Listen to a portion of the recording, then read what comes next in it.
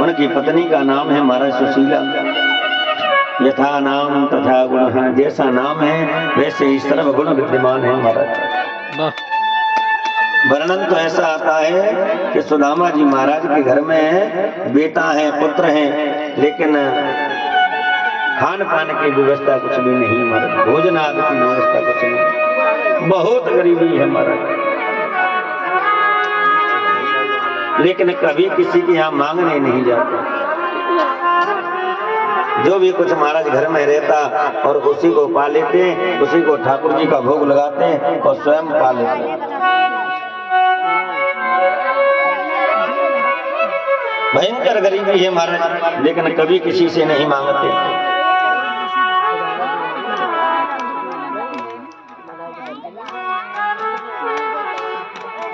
आज सुदामा जी महाराज एकांत में बैठे हैं। उनकी धर्म पत्नी ने सुशीला ने कहा, सुनिए स्वामी, हमने सुना है आप एक बचपन के सखा है, नाम है जिनका सुदामा, नाम है जिनका कृष्ण, वो आजकल द्वारिका के राजा है, और तुम्हारे बचपन के सखा है, क्या तुम्हारा कभी उनसे जाने को मिलने को मन नहीं होता? मन नहीं होता। सुदामा जी महाराज ने जैसे ही सुना तो महाराज नेत्र बढ़ाए, हृदय बढ़ाया सुदामा जी का, और सुदामा ने कहा, अरे देवी, ऐसा कौन सा भागा मित्र होगा संसार में जो ये नहीं चाहेगा कि मैं भगवान के दर्शन करके आ जाऊं?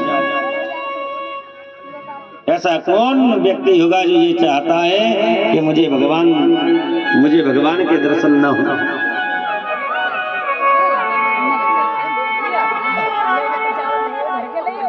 आज मेरे प्यारे प्रभु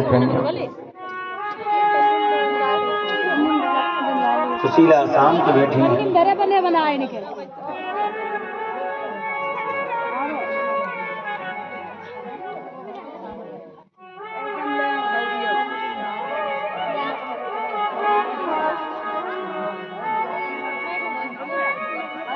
सुशीला भी शांत है महाराज, बहुत प्रशांत आत्मा केंद्रीय है। सुदामा जी महाराज का बड़ा शांत चित्त है।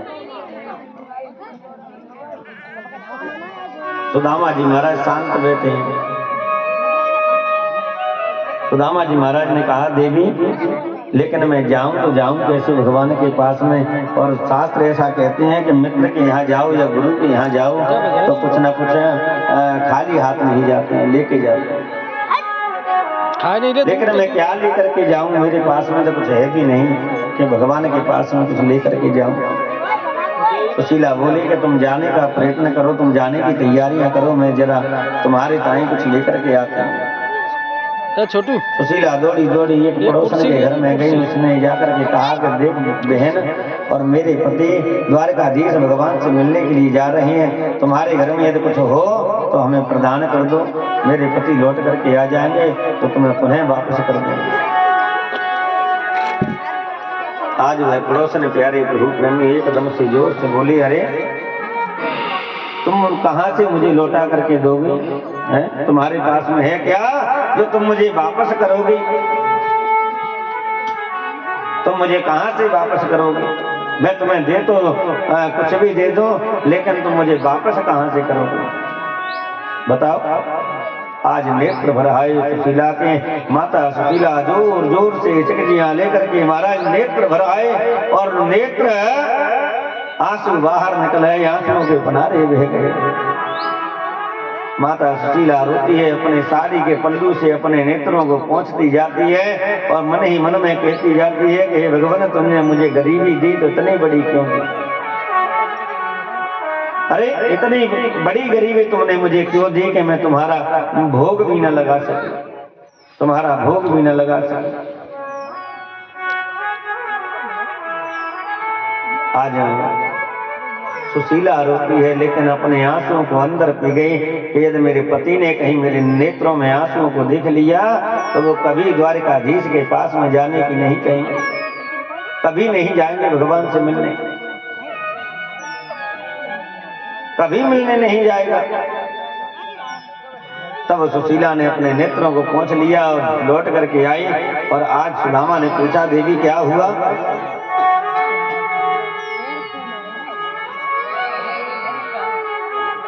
माता सुशीला ने कहा कोई बात नहीं, अभी मैं दूसरी जगह जाती हूँ, मैं व्यवस्था करके ला। सुदामा जी ने फिर पूछा, बताओ बेटी, बताओ देवी क्या हुआ। माता सुशीला ने कुछ नहीं बताया। दौड़ी दौड़ी पुनः दूसरी पड़ोसन के घर में गई। अनन्य भक्त भगवान की थी। उसने प्यारे प्रभु प्रेमियों 4 मुट्ठी चावल सुशीला को प्रदान कर दिए और कहा ले जाओ, जब तुम्हारे पास में हो जाए तो हमें दे देना। विपन्नता जीवन में आती है महाराज तो कोई नहीं देखता।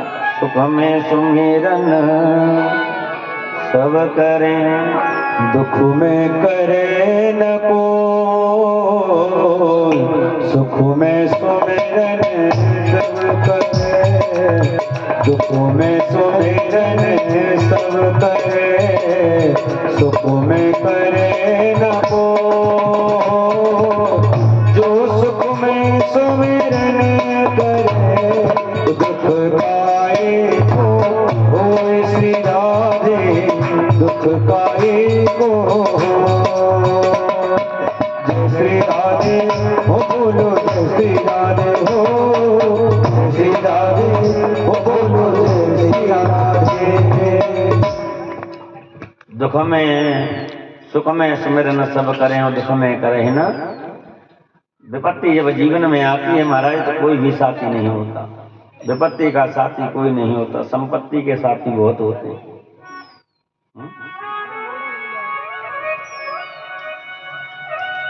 माता पिता के पास में पेंशन आती हो प्यारे 30, 35, 50 हजार रुपए मिलते हो, बिना चक्कू खींचे तो भैया तुम हमारे साथ में रहो।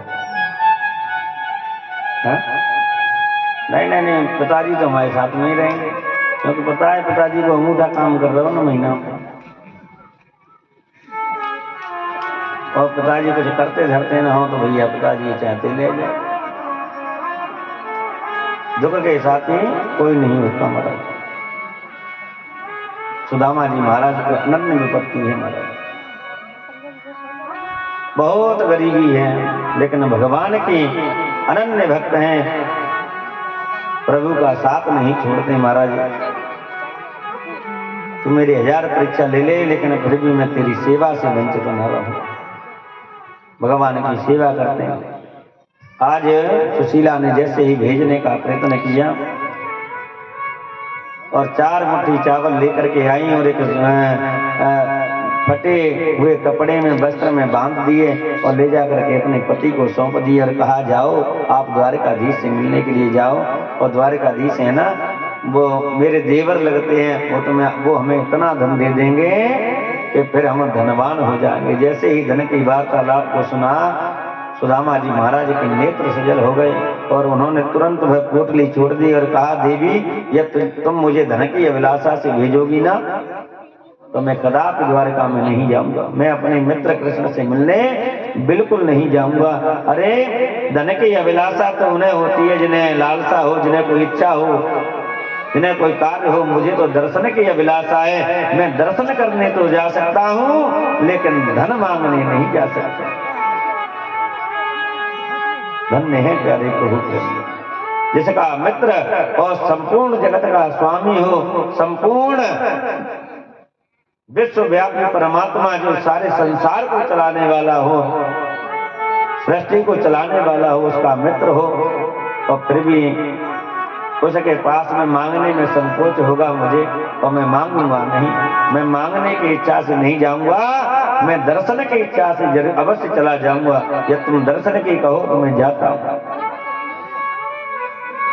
सुशीला ने कहा आप जाइए तो सही, आप धन लेकर के मत आना, दर्शन ही करके आ जाना। सुदामा जी महाराज ने पोटली कांख में दबाई और धोती पहने हैं महाराज। एक धोती है उनके पास में, वो भी महाराज 20 जगह से फटी है।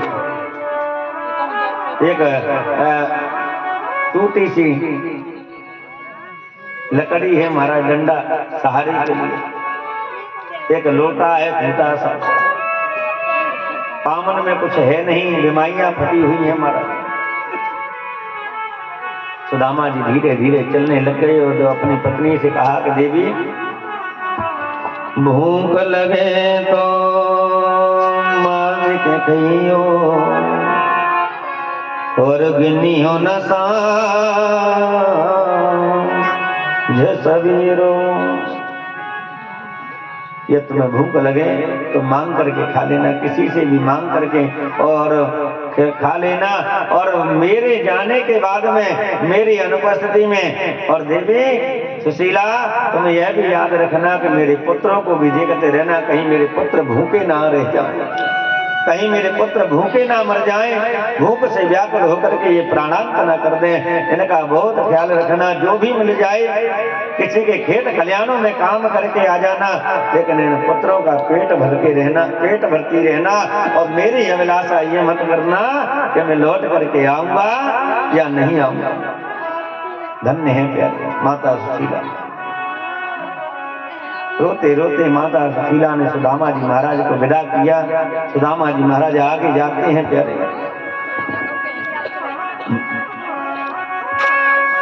चले श्याम सुंदर से मिलने सुदामा, चले श्याम सुंदर से मिलने सुदामा, चले श्याम सुंदर से मिलने सुदामा, चले श्याम सुंदर से मिलने सुदामा, गाते चले मन में हरे कृष्ण रामा, गाते चले मन में हरे कृष्ण रामा, चले श्याम सुंदर से मिलने सुदामा, चले श्याम सुंदर से मिलने सुदामा।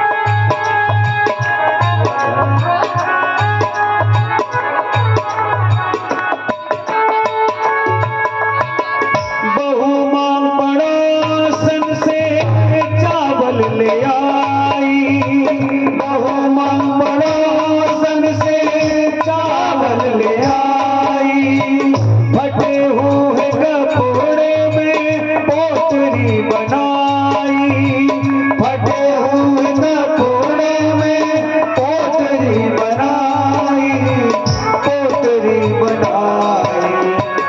जाओ पति प्रभु के तुम धामा, जाओ पति जी प्रभु के धामा, गाते चले जाते हरे कृष्ण रामा, चले श्याम सुंदर से मिलने सुदामा, चले श्याम सुंदर से मिलने सुदामा, गाते चले मन में हरे कृष्ण रामा, गाते चले मन में हरे कृष्ण रामा।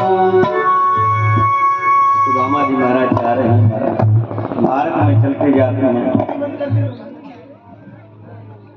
मार्ग में चलते जाते हैं महाराज, चले जा रहे हैं धीरे धीरे। सुदामा जी महाराज की ऐसी स्थिति हो गई है कि भूख लगती है, प्यास लगती है, जिंदगी अब उदास लगती है। और कैसे आऊं मैं द्वारिका तेरी, आस भी अब निराश लगती है। ये कन्हैया मैं तुम्हारी द्वारिका में कैसे आऊं? विशाल काय महाराज मार्ग में नदी मिल गई, अब नदी मिल गई, अब नदी को कैसे पार करें?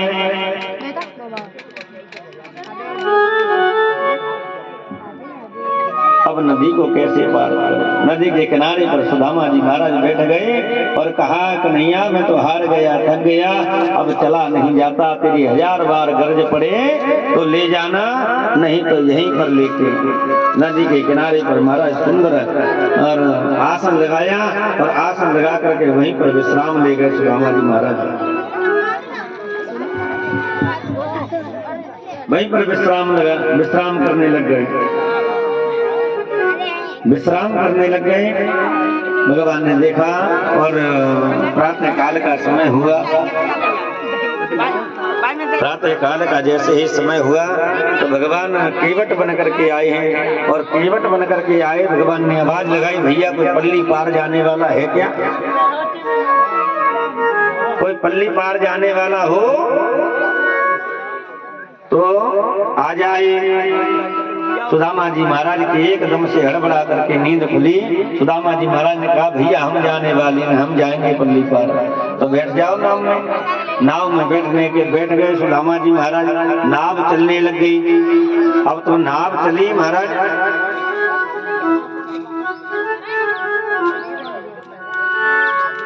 केवट से सुदामा जी महाराज कहते हैं, जहां विराजे और जहां विराजे, जहां विराजे कृष्ण कन्हैया, बचपन का मेरा यार सवरिया, चल पर ली पार सवरिया, चल पर ली पार सवरिया, चल पर ली पार।